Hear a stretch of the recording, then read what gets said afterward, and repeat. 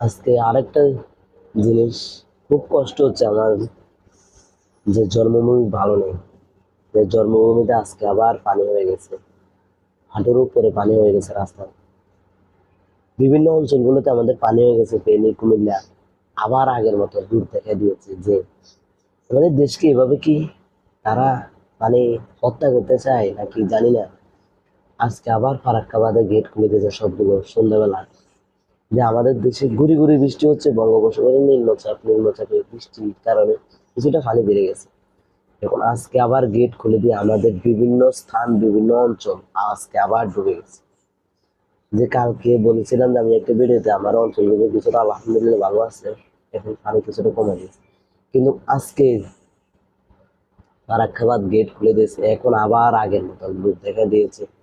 বিভিন্ন অঞ্চল আমার এখন ফেনী জেলা ভালো নেই, লক্ষ্মীপুর ভালো নেই। এক কারেন্টের সংকট, দ্বিতীয় হচ্ছে যে দেশে পানি বন্দী হয়ে গেছে আবার আমাদের সাধারণ মানুষ, সাধারণ জনগণ।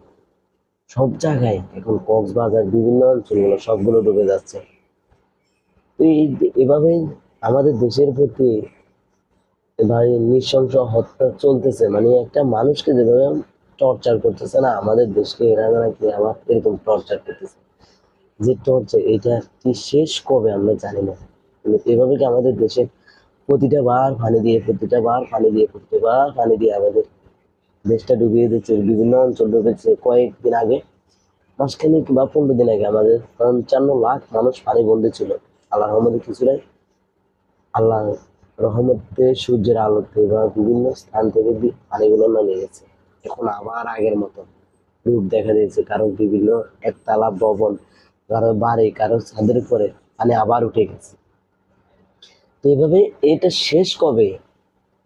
এটা শেষ কবে যে আমরা এই এই জালিমদের জুলুম থেকে আমরা কবে হেফাজত হবো আল্লাহ জানে।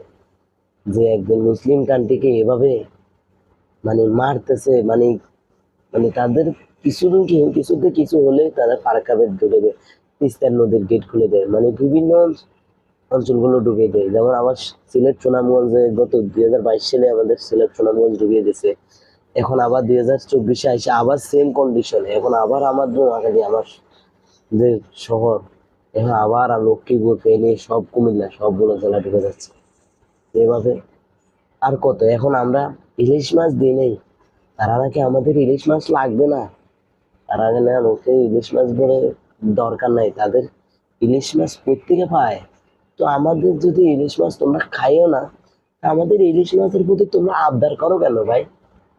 তোমাদের তো আবদার দরকার নাই, আমাদের দাদার দেশের মানুষ, আমাদের দেশে আবদার করার তো দরকার নেই।